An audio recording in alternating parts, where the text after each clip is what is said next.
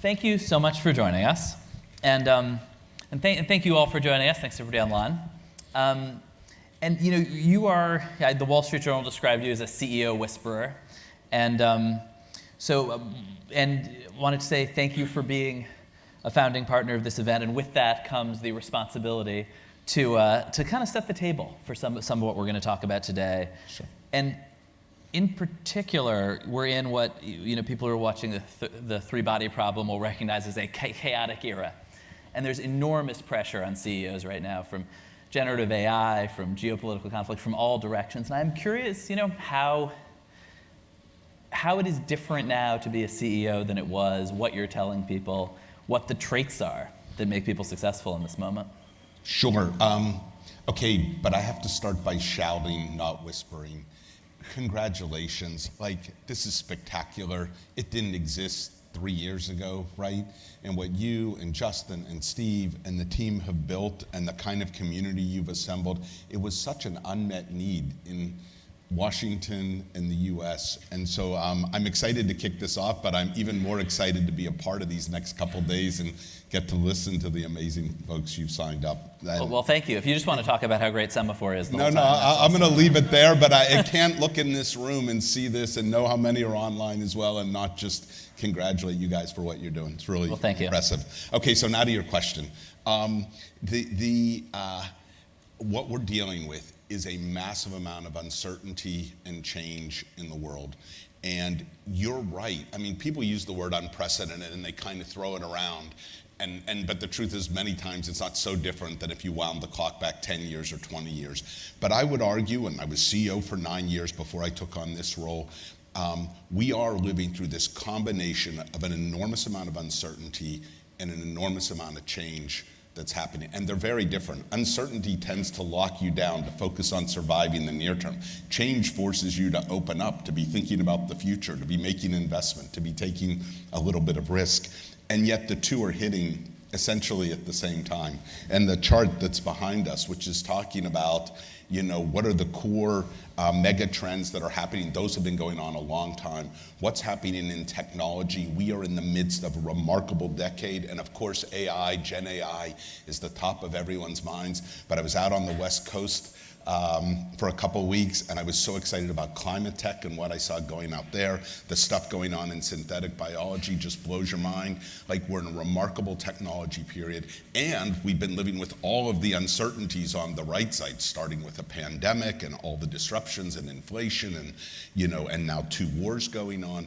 I mean, so you're a CEO trying to navigate this world, and there is no exact playbook that you come to, because on the one hand, you have to build for resilience in a world of all these very high risks. And on the other hand, you need to invest in innovation. You need to focus on, future-proofing your business, which we can come back to and what that means. And you need to recognize that at core, if we don't bring our people along in that journey and invest to reskill them for a world of AI, but also invest to operate differently, we will not succeed. It's a really unique combination of challenges. I think when people like us think about and write about generative AI, there is often this gap between the coolest, most amazing test cases and the question of, if you're running a business, if you're running an organization, what can you actually do with it? What's the real state of play there? Those are two very separate questions. Right now, most people are pretty early in the learning journey. I mean, let's remember, generative AI is 16 months from the time it really hit. The next wave of ChatGPT and all the hype. I mean, in the business world, transformation efforts often take 3 to 5 years from when they first have the idea to when it's fully implemented and embedded deeply in the organization. We're 16 months in. So I would say much of the first year was a learning journey that companies were having as they were just trying to understand it. The second thing is, we forget how much AI was already starting to be introduced before generative AI came along. And what we're observing with many, many of our clients, because we're now working with 250 clients around the world. I've been at BCG 35 years, so I am a truly old timer. I have never seen a new idea, a new space open up as fast as this one has around the world. And what we're finding is, yes, there's a tool deployment part, give someone a nice tool to use, and it does create some productivity bump. It's also pretty expensive. This is expensive technology.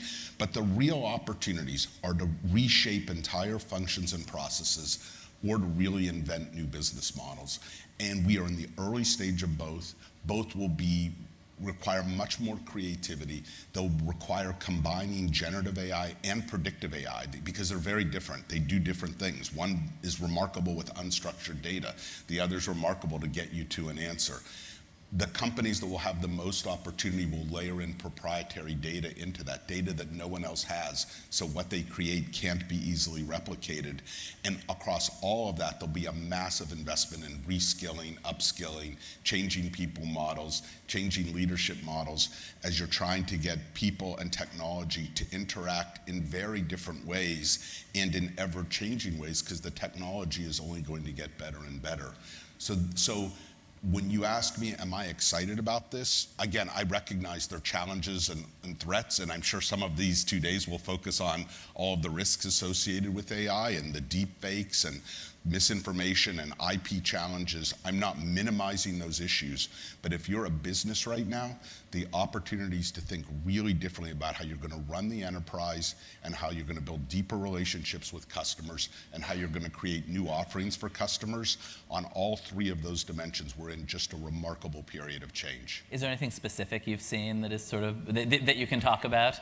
Yeah, I can't name specific companies, but okay, so I'm a chemical engineer, and I spent a lot of my years as a consultant working in life sciences R&D. This is revolutionary for life sciences R&D. It's revolutionary at the discovery end of the spectrum, the way upstream, because it's allowing us to create new molecules. The generative AI part is creative. It can create whole different kinds of molecules and structures. And when you combine that with the predictive AI part that can say, well, is this going to work or not? You can create whole engines for innovation. We're already seeing drugs, not too many in the clinic yet, because it takes years, but we've shortened the time to get to molecules that are ready to go in the clinic. And what we're discovering so far, but we're early on, is it's not necessarily better at providing efficacy, meaning addressing the problem you're trying to solve, but it is dramatically better at selectivity, because oftentimes part of drug safety issues is the drug works on the problem you want to work on, but it also touches a lot of other parts of the body and its systems that you don't want it to do. Generative AI has proven to be remarkably powerful to be able to be focused on the problem you're trying to solve, but much more selective to avoid the other issues. So that's the discovery end. Then you get to the development end. It takes months to write a protocol for a clinical trial. It takes months to write a report after the clinical trial is over to summarize all the data. We're taking processes that took months and tons of people, and we're collapsing it into weeks. They still need to be reviewed. You still need human in the loop. I'm not talking about the machines taking over, but the opportunity to take something as core to our lives and livelihoods as better medicines brought faster to humanity, taking on different kinds of problems or providing better answers to existing problems. I mean, that's the core. But then you get to like insurance and the ability to validate that an accident really happened and all the things that go into claims. And you take processes that took 10 days and you take them down to 1 day. So it's boring stuff. I mean, for those in insurance, I'm not trying to say that's boring. Claims processing is really important, but you can take very classic, sort of old kind of processes on the one hand, and you can take like the hardest core issues in science or in building individual. I just wrote this week about individualized relationships, personalization. I worked on that first in 1989 as a consultant. We'll have your avatar up here next year. Yeah, exactly. No, but you can build personalized relationships. I mean, Starbucks showed that.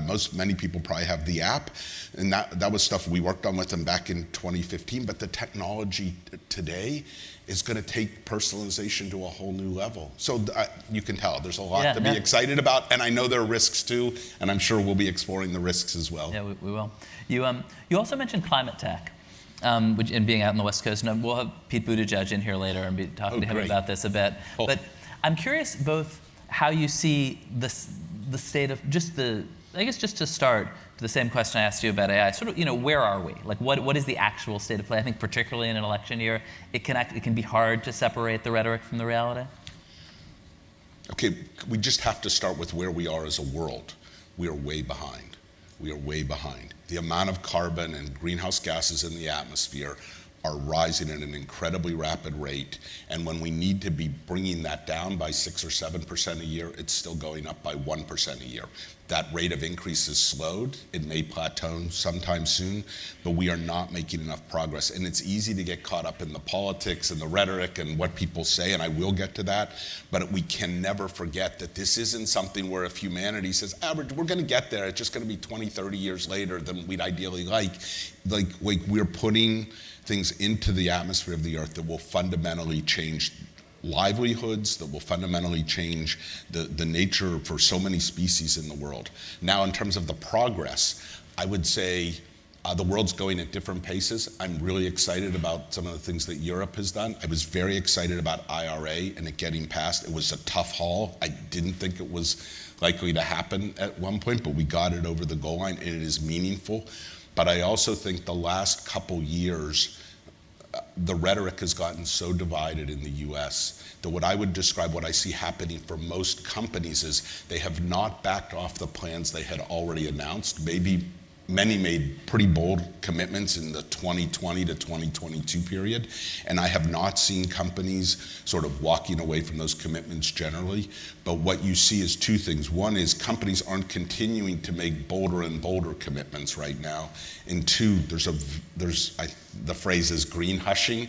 There are aspects of that I don't think are exactly right, but the general sense of you keep going on the commitments you've made, you deliver those commitments, but you don't talk too loudly because you don't want to be pulled into this very divisive dialogue that's occurring, at least not in an election year with so much focus on it. And so from my point of view, I feel good about the progress. I feel good many companies are just figuring out how to take advantage of the economic provisions in IRA that will spur the greening of the grid, that will continue to help move the electric vehicle transition along, that are providing a huge boost to investing in climate technology. But the truth is as a globe and as a country, we are not moving far enough, fast enough. So just keeping going is not going to be, it's important, it's not sufficient. I think one of the things that CEOs are navigating right now is this very intense polarization, this era of real backlash against a lot of the politics that CEOs embraced 3 or 4 years ago. And I'm curious, I guess, maybe to begin with climate, and then more generally, I think we're over on like that side of your chart, which is no longer up, but there will be a quiz later. Did you memorize every bubble? Yes. Yeah, but in terms of just how are corporate leaders who have day jobs, run it, in whatever industry they're in, supposed to be navigating this unbelievably treacherous political moment? I think the first thing is to be really clear about what your purpose is. And purpose is not the same as strategy. Purpose is what's the unmet need in the world. Back to what you guys are doing here, like what is the unmet need in the world and how can you be distinctive in bringing solutions to that add value? And continually building dialogues that of course do get to strategy and actions and commitments, but to start from a standpoint of purpose. And I think so many more companies are articulate about what is their purpose, why are they here today? And when they ground what they do in that, it's easier. And frankly, when they ground why they take stands, like if you're in the healthcare world, to say that you care deeply about health equity is an authentic, natural thing to do. And then what the world wants to see is that your actions match your words. When you say you care about health equity, you're really taking it on. If you're an industrial player, knowing that we need to decarbonize all industry, it's completely appropriate to say we care deeply about climate and sustainability, and here's why we think it's so important, and here are the actions that we are taking to live what we say in terms of the products we introduce, the training we give our customers, the upstream technologies we invest in. This ability to link purpose to strategy and link public communications to purpose and to strategy makes it so much easier to navigate a difficult period. I think where companies have run into trouble is when it seemed that they've strayed very, very far from what is their core purpose, or more frequently when people say, well, this is what you say, and this is what you say you're about, but we don't see that aligned with what you're actually doing. And then you create a lot of cynicism. And I think that really hurts. And then you make yourself a political target for people trying to score points or trying to demonize people who are on one side of an issue or another. And so it is a very hard challenge for CEOs. You have to assume that negative stories will always get more attention than positive stories. That's the nature of the world we live in. So you have to work really hard to be authentic in everything you do and to do as much as you can to be consistent between purpose, strategy and actions, and your communications. And when you make a mistake, to deal with it directly and authentically rather than hoping that it just goes away. In today's world with social media and all the attention things get, it normally doesn't just disappear. You're okay so far, though, in this interview. Glad to hear it. In our last minute, I think there's a lot of the institutions who are here today are kind of bracing for all kinds of risk. Or the buzzword is a future-proofing right now, which I think for some of the European leaders who will be here is really about future-proofing against changes in American politics. How in our remaining minute here are you thinking about what's the advice you give on that, on risk? So I'm not going to speak to the political realm of this, but just from a company realm, I think you have to think about risk in two senses. One is how do you build a more resilient company? And then the second are what are the core things you need to do? The resilience is the ability to anticipate what might happen. So the way you do scenario planning. It's the ability to absorb shocks when they do happen. It's the ability to adapt to a new world, and it's the ability to reimagine, because normally after a shock, just like all these new ways of working or supply chains, you have to reimagine how do we want to operate in the future, not just try to go back to the past. So there's this whole resilience framework that's really important. At the same time, as a leader, I think you need to focus on what are the core trends we need to get on top of which we've talked two of them, climate and Gen AI, but a lot of them will be industry specific. You have to talk about what do I do to engage my people and our team so that we invest in them and we help them get to the next level. And then finally, you need to recognize your most precious asset in some ways is the way your leadership prioritizes its time. And in this world, you cannot just spend all your time as a leadership team on execution and delivering the next quarter or the next year. You have to be able to step back and learn and create an environment where people challenge each other. It's why diversity is so important in leadership models, and where you're taking time to learn and think longer term, not just getting so caught up in the present, even though the present could always absorb 120% of your time. Well, thank you. I hope we'll have some of those conversations today, and thank you so much. It's a pleasure.